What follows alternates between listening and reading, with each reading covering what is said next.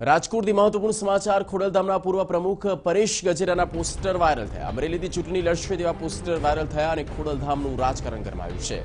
લોકસભાની ચૂંટણી નજીક છે ત્યારે આ પ્રકારના સમાચારો અને વાતો વહેતી થાય છે, પરંતુ તથ્ય કેટલું છે તે જાણવું જરૂરી છે અને તથ્યમાં સત્તાવાર જાહેરાત થાય છે કે પછી માત્ર એક અફવા છે તે હવે જોવાનું રહેશે। પરંતુ જે સમાચાર સામે આવી રહ્યા છે કે પરેશ ગજેરા લોકસભાની ચૂંટણી લડી શકે છે, આ પ્રકારના પોસ્ટર વાયરલ થયા છે। સૌથી પહેલા કોઈ પણ મોટી ઘટના હોય તો તે વિવાદરૂપી સામે આવતી હોય છે અને પોસ્ટર્સમાં તેની નોંધ લેવાતી હોય છે, પોસ્ટર્સ લગાવવામાં આવતા હોય છે। ત્યારે આપ જોઈ શકો છો, આ પોસ્ટર મેં આપણે બતાવી રહ્યા છીએ। ભાઈ આવે છે અમરેલીથી, જીતીને લાવશે, આ પ્રકારના જે સૂત્ર લખવામાં આવ્યા છે પરેશ ગજેરાની પણ તસવીર આ પોસ્ટરમાં લગાવવામાં આવી છે। વધુ માહિતી સાથે જોડાઈ ગયા છે સંવાદદાતા મોહિત ભટ્ટ। મોહિત, લોકસભાની ચૂંટણીને હવે માત્ર ગણતરીના દિવસો અને તે સમય પર આ પ્રકારની વાતો, આ પ્રકારના જે વાતો અને સમાચાર છે તેની અટકળો આવતી હોય છે। જે પરેશ ગજેરાની વાત છે તેમાં તથ્ય કેટલું છે?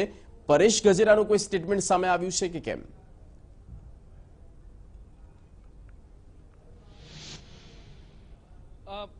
હાલમાં તો પરેશ ગજેરા આ વાતથી સ્પષ્ટપણે ઇનકાર કરી રહ્યા છે કે તેઓ કોઈ પણ જગ્યાએથી લોકસભાની ચૂંટણી લડવાના નથી।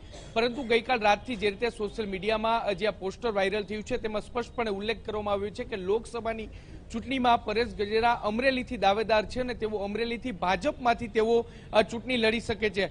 સ્પષ્ટપણે જગદીશ કહી શકાય કે લોકસભાની ચૂંટણી આવતી હોય છે ત્યારે આ પ્રકારના વિવાદ આવતા હોય છે। ખાસ કરીને જે સામાજિક ક્ષેત્રે જેઓ અગ્રણી હોય છે, રાજકીય ક્ષેત્રે અગ્રણી હોય છે, તેઓ પોતાના નામ છે તે નામ આગળ કરતા હોય છે અને કોઈને કોઈ રીતે તેમનું નામ ચર્ચામાં આવતું હોય છે। આ જ પ્રકારનો સિલસિલો અહીં પણ જોવા મળ્યો છે, જે રીતે આખો મામલો સામે આવ્યો છે। જોકે હાલમાં પરેશ ગજેરા પોતે આ વાતમાં કોઈ તથ્ય ન હોવાનું જણાવી રહ્યું છે। જોકે હવે તેમના નામનો ઉલ્લેખ થયો છે જગદીશ, તેને કારણે રાજકારણથી જરૂર ગરમાઈ રહ્યું છે।